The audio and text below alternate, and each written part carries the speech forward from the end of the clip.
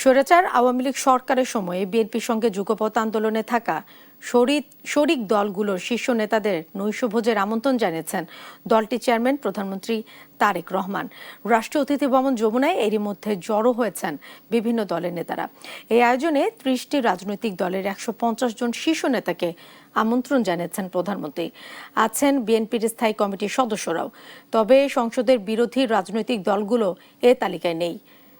ত্রয়োদশ জাতীয় নির্বাচনে সংখ্যক গরিষ্ঠতা পেয়ে সরকার গঠনের পর প্রথমবার শরিকদের সঙ্গে বৈঠকে বসছেন তারেক রহমান।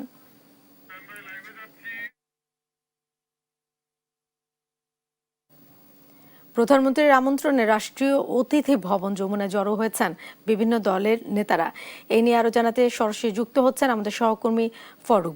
বাবু। রাজনৈতিক নেতাদের মধ্যে কে কে হাজির হয়েছেন আর প্রধানমন্ত্রীর আজকের আয়োজন সম্পর্কে জানান। জেসিকা, আপনি জানেন যে বিএনপি সরকার গঠন করার পর ইতিমধ্যে 5 মাস অতিবাহিত হয়েছে এবং এই যেমন জানিয়ে রেখেছে যে 13ম জাতীয় সংসদের নির্বাচনের আগ মুহূর্তে বেশ যোগ্যত আন্দোলনে যারা শরিক দল ছিল এবং বিএনপি বিভিন্ন আন্দোলনে যারা বিএনপির সাথে অংশগ্রহণ করে আন্দোলনের রাজপথে ছিলেন তাদের সাথে বিএনপির একাধিক বৈঠক এবং সেখানে পরবর্তীতে আসলে কে কোন আসনে নির্বাচন করবে সে সকল বিষয় নিয়ে বিএনপি একটি মীমাংসিত স্থানে থেকে চলেছে। সেখান থেকে আসলে যে পরবর্তীতে সরকার গঠনের পরবর্তীতে আসলে জোটের যারা সব শরিক দল রয়েছে এবং সেসব দলের যারা সংসদে যেতে পারেনি সেসব নেতাদের যে অভিমান এবং তারা যে বিভিন্ন স্থান থেকে তাদের যে দাবি দেওয়া এবং তারা বিএনপি যেহেতু বড় দল তাদের বড় দলের প্রত্যাশা সে সকল প্রত্যাশার বিষয় নিয়ে আসলে তারা ইতিমধ্যে বেশ কিছু গণমাধ্যমে তারা বিভিন্ন রকমের কথা বলেছেন এবং সেই সকল বিষয় নিয়ে আসলে প্রধানমন্ত্রী তারেক রহমান তার ব্যস্ততার পরবর্তী ফাঁকে এবং তিনি আজকে সেই নৈশভোজের আয়োজন করেছেন এবং এখানে আমি জানিয়ে রাখি যে প্রধানমন্ত্রী তারেক রহমান সন্ধ্যা 7টার সময় তাদের সাথে বসবেন এবং সেখানে তিনি তাদের সাথে প্রথমে মত বিনিময় করবেন এবং 30টি রাজনৈতিক দল যারা যোগ্যতা আন্দোলনে রয়েছিল সেই 30টি রাজনৈতিক দলের প্রায় 5 জন করে প্রতিনিধিকে এখানে আমন্ত্রণ জানানো হয়েছে এবং প্রায় 150 জন নেতাকর্মী নেতা বিভিন্ন দলের যারা সিনিয়র নেতৃবৃন্দ রয়েছেন তারা এখানে উপস্থিত হয়েছেন এবং ইতিমধ্যে আসলে তারা আমরা এখানে দেখেছি যে বিকেল থেকে শুরু করেছে তারা আসতে এবং ইতিমধ্যে আমরা দেখতে পেয়েছি যে আসলে সাইফুল হক থেকে শুরু করে